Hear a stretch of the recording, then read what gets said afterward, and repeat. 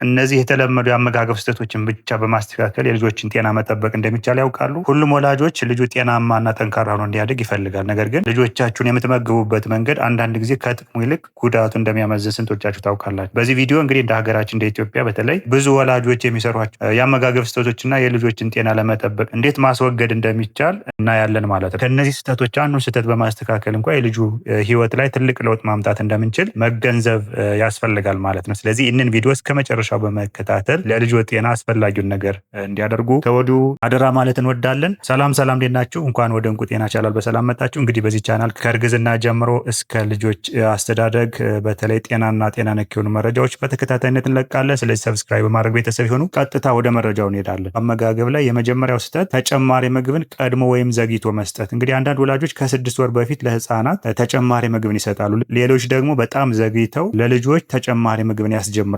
ሁለቱም እንግዲህ በጣም ስህተት አለበት። እንዴት ከተባለ በጣም ቀድሞ የሚጀምሩ ልጆች ለተቅማጥ በሽታ እንዲሁም ተመጣጠነ ምግብ እጥረትና ሌሎች አደጋዎችን ልጁ ጤና ላይ ያስከትላሉ ማለት ነው። ሁለተኛው ደግሞ በጣም ዘግይቶ መስጠት የእድገት ጓደል ወይም የምግብ እጥረት ከእድሜው ጋር የሚያስፈልጉ ንጥረ ነገሮችን ስለማይበቃው የጡት ወተት ለምግብ እጥረት ይጋለጣል። ቀድመንም ዘግይተንም ከማስጀመር መቆጠብ ይኖርብናል። ሁለተኛው ስህተት አንድ አይነት ምግብ ብቻ መስጠት። እንግዲህ አብዛኛውን ወላጅ በጣም የሚጨነቀው ነገር ምንድን ነው? የተለያዩ ምግቦችን ስጡ ሲባል ከኮስት ወይም ከውድነት ጋር ወይም ካለማግኘት ጋር የሚያያይዙት አሉ። ነገር ግን የምንሰጣቸው ምግብ በዛን ዋጋ ተመጣጣኝ የሆነ እንኳ የተለያየ ምግቦችን ብሰጥ ለልጁ ጤና በጣም ወሳኝና አስፈላጊ ናቸው። ሶስተኛው ስህተት በግድ ማብላት ወይም ከጠገበ በኋላ እንዲመገብ ማስገደድ።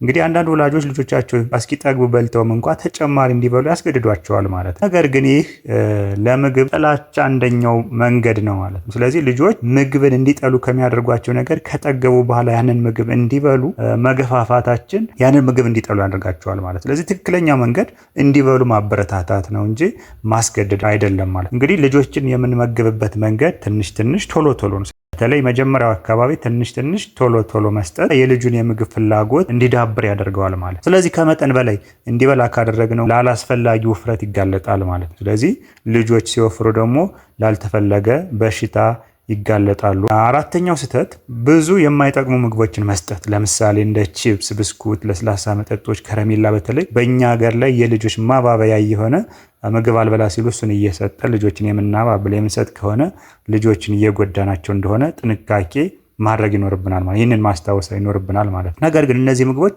ከፍተኛ የሆነ የስኳር፣ የስብና የጨው መጠን ያላቸው ናቸው። በተቃራኒው ደግሞ በውስጣቸው የያዙት ንጥረ ነገር በጣም ትንሽና ለሰውነታቸው በቂ ያልሆነ እንደሆነ መረዳት ያስፈልጋል። ስለዚህ ትክክለኛው መንገድ እነዚህን አላስፈላጊ ምግቦችን በማስወገድ በፍራፍሬ፣ በጥራጥሬ እንዲሁም በቤት ውስጥ በሚዘጋጁ የእህል ተዋጽኦች በመተካት የልጆች አስፈላጊውን ምግብ መስጠት ይቻላል ማለት ነው። አምስተኛው ስህተት ውሃንና ንጽህናን ቸላ ማለት። መመገብ ሲባል ምግብን ብቻ አይደለም። እንግዲህ ንጹህ ያልሆነ ውሃ መስጠትና ንጹህ ባልሆነ ዕቃ ምግብ ማቅረብ ልጆችን ለተለያዩ በሽታዎች በተለይ ለተቅማጥ ማለት ነው በጣም ገዳይ ከሆኑ በሽታዎችና ለልጆችን በጣም ከሚያጠቁ በሽታዎች መጀመሪያው ተቅማጥ ነው።